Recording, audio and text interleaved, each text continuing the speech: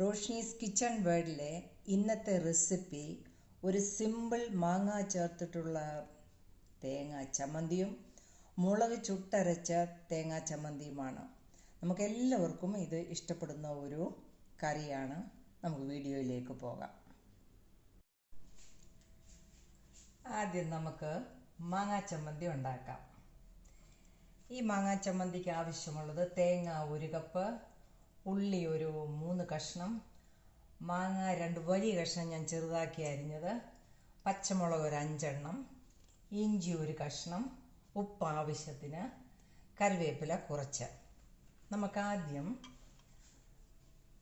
ഒരു മിക്സിയുടെ ചെറിയ ജാറിൽ മാങ്ങ നമുക്ക്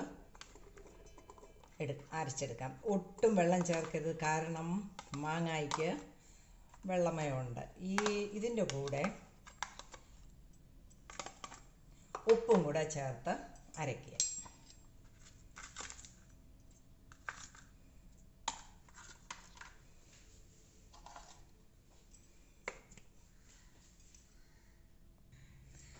മാങ്ങ അരച്ചെടുത്തു. ഇതിലേക്ക് നമുക്ക് ഇഞ്ചിയും ഉള്ളിയും കൂടെ അരച്ചെടുക്കാം. ഇഞ്ചി നല്ലതുപോലെ ഒന്ന് അരയണം. എന്നാൽ പച്ചമുളക് അത്ര അരയേണ്ടതാണ് ഞാൻ കൂടെ ഇടാത്തത്. ഉള്ളിയും കൂടി ഇട്ട് നമുക്ക് ഒന്നും കൂടെ അടിച്ചെടുക്കാം. ഇഞ്ചിയും ഉള്ളിയും കൂടെ ഞാൻ നല്ല ആവശ്യത്തിന് അരച്ചെടുത്ത് ഇനി ഇതിലേക്ക് തേങ്ങയും കൂടെ ചേർക്കുക. തേങ്ങയും കറിവേപ്പിലയും പച്ചമുളകും കൂടെ. പച്ചമുളക് അങ്ങ് ഒത്തിരി അരിഞ്ഞു പോയാൽ ഒരു വെള്ളച്ചൊവ വരും, അതുകൊണ്ട് പച്ചമുളക് ഇതിൻ്റെ കൂടെ ഇട്ടാൽ മതി. ഇച്ചിരി മാങ്ങ ഉള്ളതുകൊണ്ട് ഇച്ചിരി എരിവിന് വേണ്ടിയാണ് ഞാൻ അത്ര ഇത് ചെയ്യുന്നത്. അതിൻ്റെ കൂടെ കുറച്ച് കറിവേപ്പിലയും കൂടി ഇട്ട് വീണ്ടും നമുക്ക് ചമ്മന്തി അരച്ചെടുക്കാം. നമ്മുടെ ചമ്മന്തി റെഡി ആയിട്ടുണ്ട്.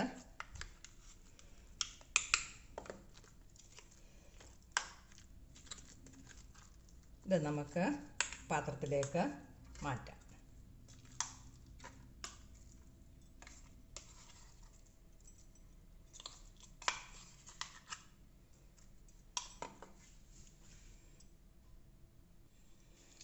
നല്ല സൂപ്പർ ടേസ്റ്റുള്ള മാങ്ങാ ചമ്മന്തി റെഡി ആയിട്ടുണ്ട്. നമുക്കിനിയും ചുട്ടരച്ച തേങ്ങാ ചമ്മന്തിയും കൂടെ നമുക്ക് നോക്കാം. നമ്മുടെ കേരളീയരുടെ പ്രധാനപ്പെട്ട 2 ചമ്മന്തിയാണ് മാങ്ങാ ചമ്മന്തിയും മുളക് ചുട്ട് വളംപുളിയൊക്കെ വെച്ചരച്ച ചമ്മന്തിയും. നമുക്കിനി അതിലേക്ക് പോകാം.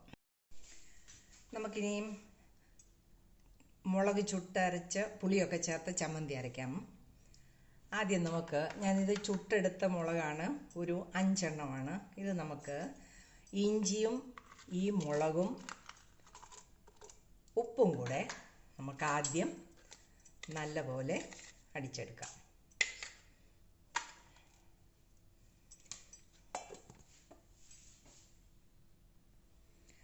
നമ്മളത് അരച്ചെടുത്തു. ഇനി ഇതിലേക്ക് ഉള്ളി ഇട്ട് കൊടുക്കാം.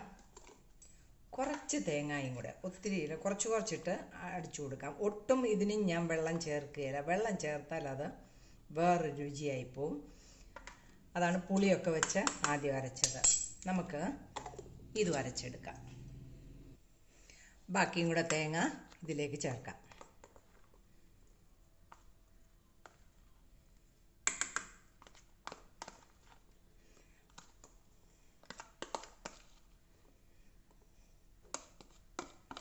നമ്മളിപ്പോൾ എല്ലാം ചേർത്തിരിക്കുകയാണ്.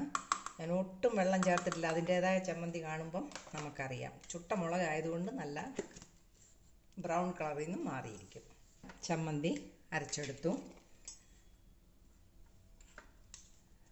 നല്ല സൂപ്പർ രുചിയോടുകൂടി മുളക് ചുട്ട് തേങ്ങാ ചമ്മന്തിയും അരച്ചെടുത്തിരിക്കുകയാണ്.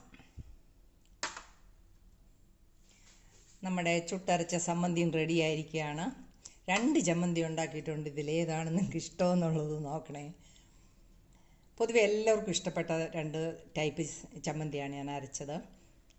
എൻ്റെ ഈ റെസിപ്പി ഇഷ്ടപ്പെട്ടാൽ ചാനൽ സബ്സ്ക്രൈബ് ചെയ്യണം. Thank you.